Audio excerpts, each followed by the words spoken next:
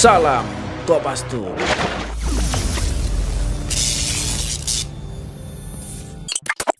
Assalamualaikum warahmatullahi wabarakatuh. Salam Kopastus.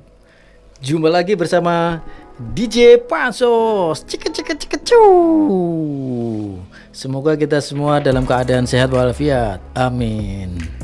Masih bergulir tentang wacana JHT yang baru akan bisa dicairkan pada usia pensiun yaitu 56 tahun. Saat ini masyarakat atau para pekerja yang tergabung dari KSPI melakukan demo atau aksi turun ke jalan. Kita simak videonya.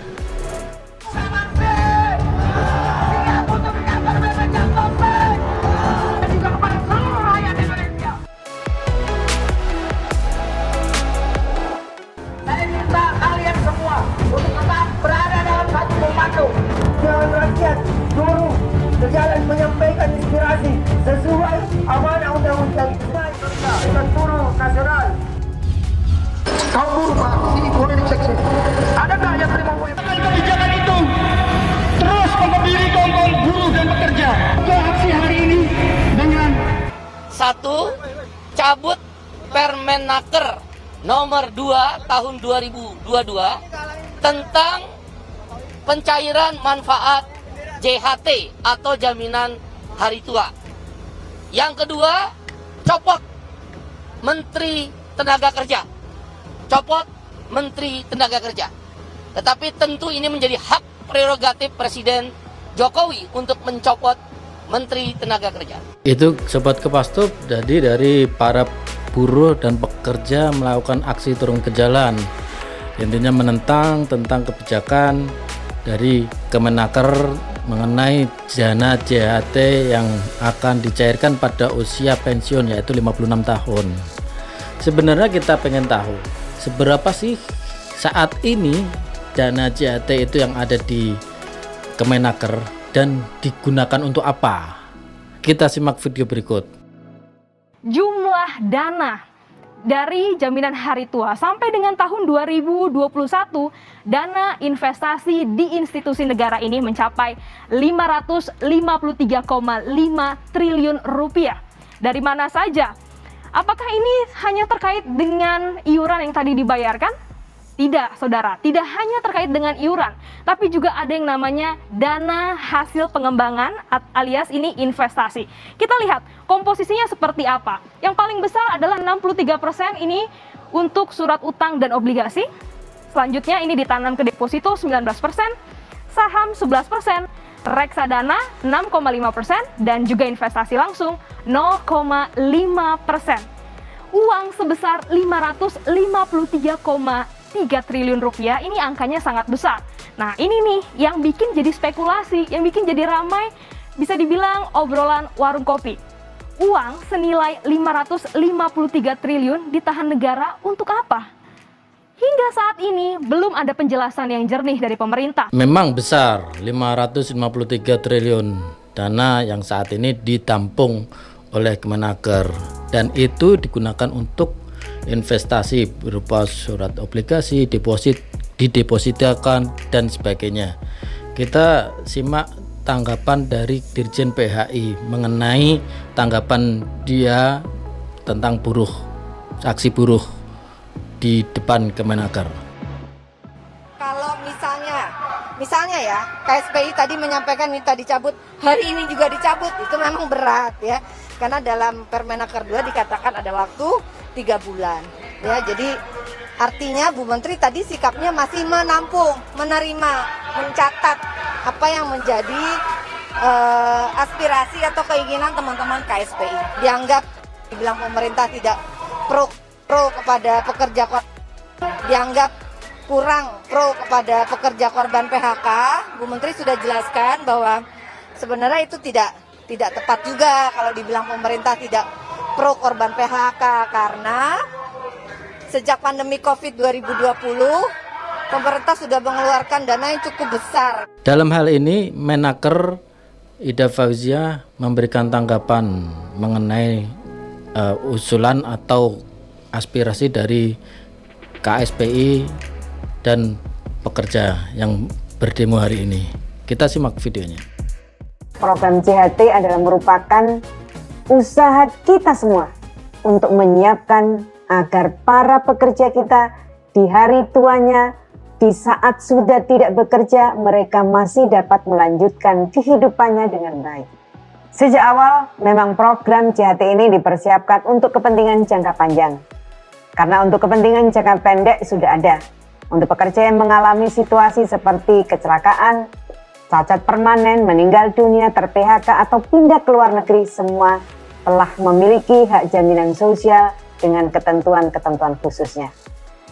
Apabila manfaat JHT kapanpun bisa dilakukan klaim 100%, maka tentu tujuan program JHT tidak akan tercapai. Ketentuan mengenai usia 56 tahun ini tentunya tidak berlaku untuk peserta yang meninggal dunia atau mengalami cacat total tetap. Bagi peserta yang meninggal dunia, ahli warisnya dapat langsung mengajukan klaim JHT. Sedangkan bagi peserta yang mengalami cacat total tetap sebelum usia 56 tahun, klaim dapat diajukan setelah adanya penetapan cacat total tetap dan perhitungannya dimulai pada tanggal 1 bulan berikutnya setelah penetapan cacat total tetap tersebut. Ketua DPR RI Puan Maharani pun memberikan tanggapan mengenai kebijakan JHT ini. Puan memberikan pernyataan, perlu diingat JHT bukanlah dana dari pemerintah, melainkan hak pekerja pribadi karena berasal dari kumpulan potongan gaji teman-teman pekerja termasuk buruh. Kebijakan itu sesuai peruntukan JHT namun kurang sosialisasi dan tidak sensitif terhadap keadaan masyarakat khususnya para pekerja.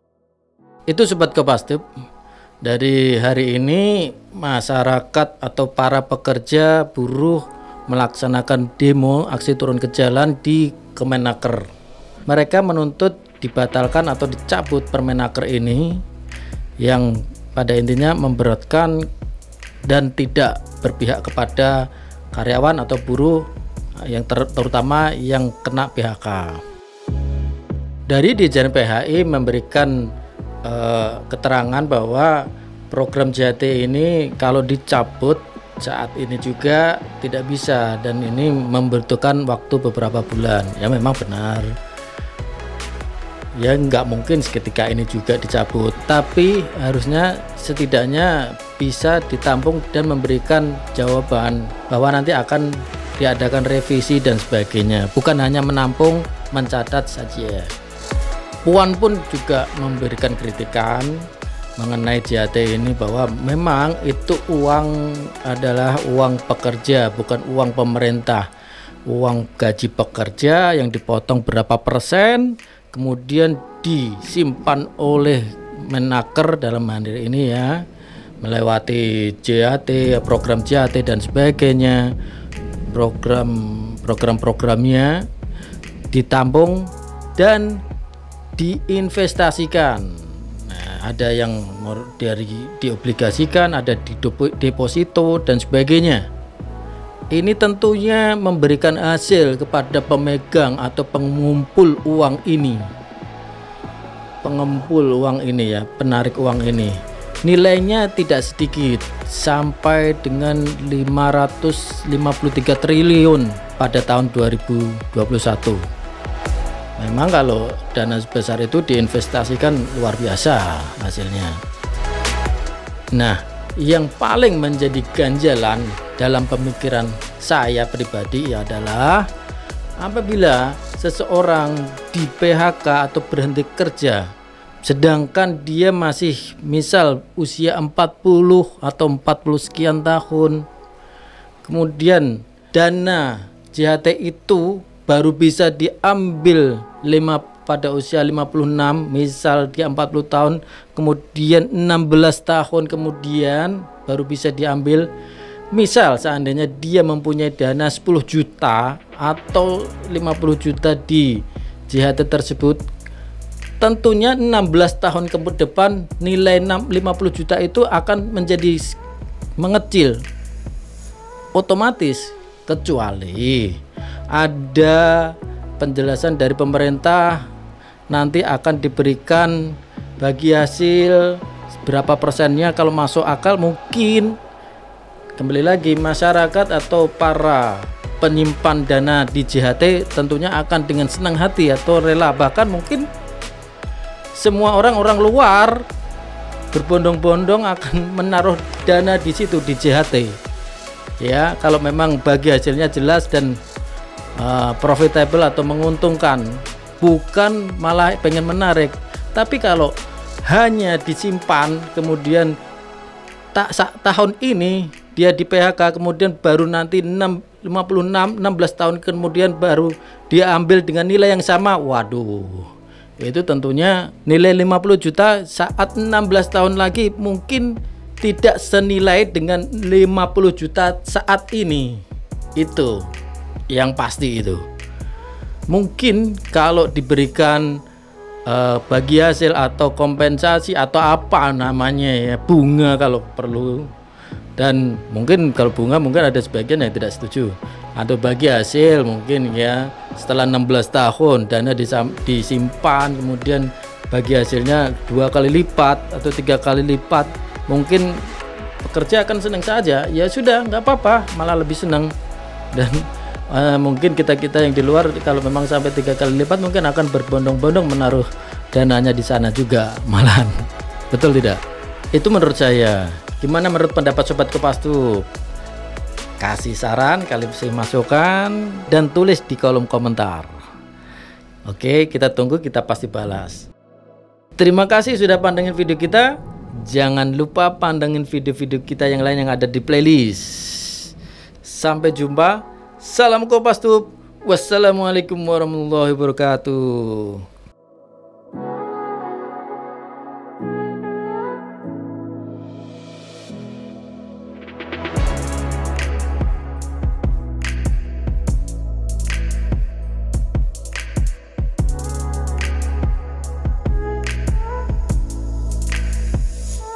Salam Kopassus.